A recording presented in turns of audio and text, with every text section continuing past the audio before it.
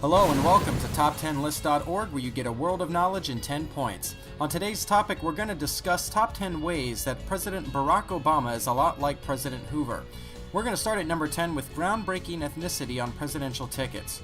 Charles Curtis, the vice president during Hoover's presidency, was not at all ashamed of his background as well as the biracial distinction. The same could be said in the case with Obama of not being ashamed of having biracial backgrounds as well, and he continues his political career to further success. At number 9, Emergency Relief and Construction Acts. Under the rule of Hoover, the Emergency Relief and Construction Act of 1932 were passed by Congress for public programs to increase the growth of jobs.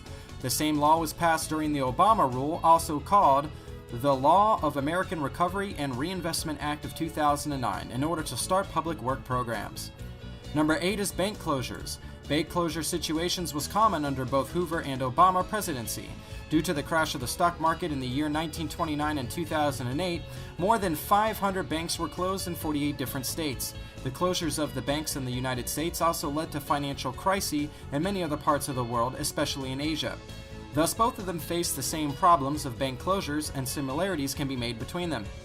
Number 7, Oscar de Priest and beer diplomacy.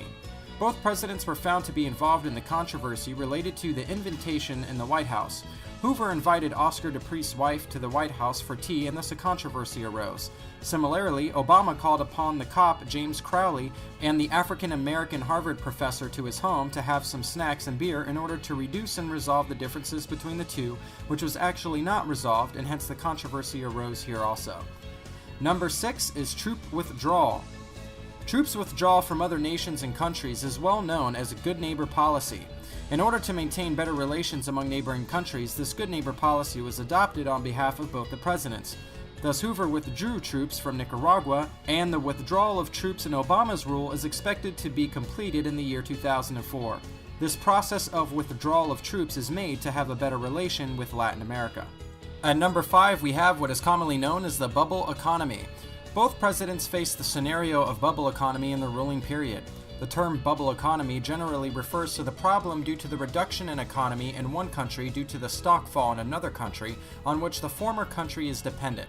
At the end of World War I, the repayment of the destruction of Germany in terms of money caused a situation of a bubble economy. Germany borrowed from the United States and paid other countries like France and Britain.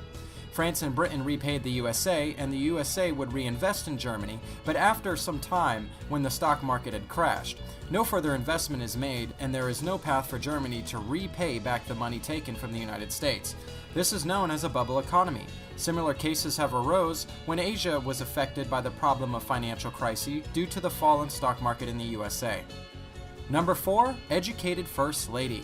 Firstly introducing to Hoover's wife as Lou Hoover was the First Lady of the United States. She was known as First Lady because of that. She was the first lady to broadcast radio on a regular basis, and also she played an important role in constructing the presidential traditions. She was highly educated as she took education from Stanford University, and the only female geology major at the time.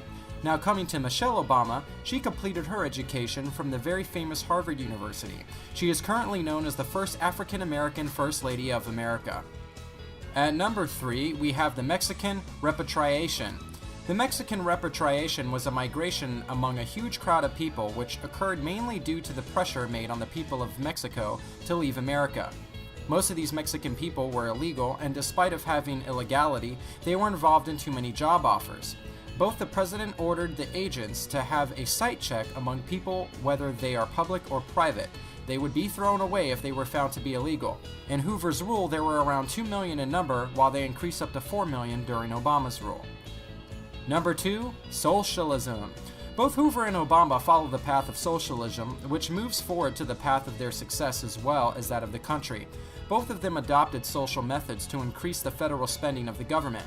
This increase in federal spending is mainly due to increase in taxes and all the trading, import, export tax and services for other nations and countries all around the world. With this path of success, they both became progressive and reformer. Number 1, the bonus army. Bonus army is a type of war revolution created by a huge number of people, including the marchers, the veterans, families, and other groups. This main reason of this gathering among people is demanding of cash payment absolution of their service certificate. The situation occurs in both the case of President Herbert Hoover as well as current President Obama.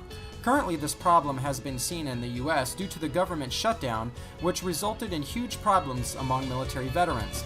The same case occurs in Hoover's reign, when payments were delayed due to economic problems.